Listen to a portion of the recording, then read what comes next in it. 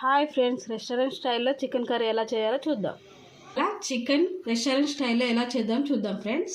Chicken ఫ్రెష్గా అవ్వాలంటే ముందుగా సాల్ట్ వేసి బెడ్ వేయాలి, క్లీన్గా ఇలా ఫ్రెష్గా కడుక్కోవాలి.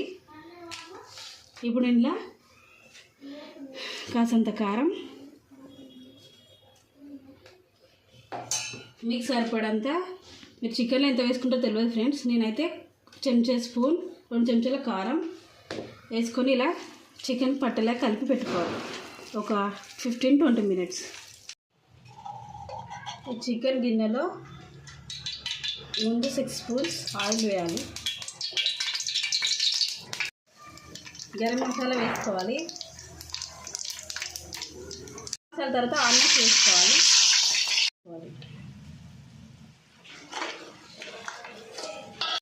చెంచాడు పసుపు,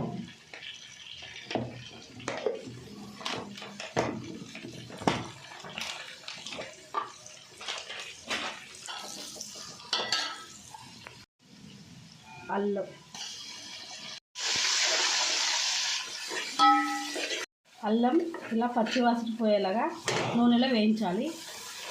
మిక్సీ పట్టిన టమాటా ప్యూరీ వేసుకోవాలి.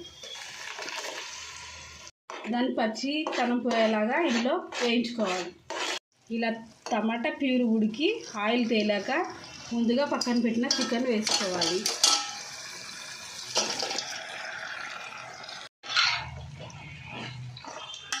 తర్వాత సిమ్ మోడ్లో పెట్టుకోవాలి, చేసుకోవాలి. మీ చికెన్కి సరిపడంత ధనియాల పొడి వేసుకోండి. మిక్సీ పట్టిన గరం మసాలా వేసుకోండి. ఇప్పుడు చికెన్ని కలపండి.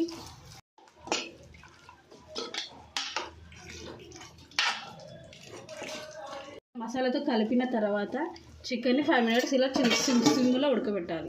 మధ్యలో గ్రేవీ అంటుకోకుండా ఇలా కలుపుతూ ఉండాలి చికెన్. ఇలా 15 మినిట్స్ తర్వాత చికెన్ చూస్తే ఇలా మసాలాతో గ్రేవీ వచ్చేలాగా ఎలా ఉడికిందో చూడండి. ఇలా మసాలా అంతా ఉడికి ఇలా గ్రేవీలా ఉండాలి చికెన్. ఇలా చికెన్ ఉడికాక కొంచెం సాల్ట్ వేసుకోవాలి, పెరుగు వేసుకోవాలి గ్రేవీ కోసం.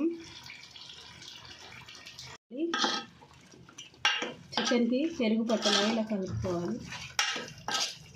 ఇలా చికెన్లో కొత్తిమీర వేసుకొని గార్నిష్ చేసుకోవాలి.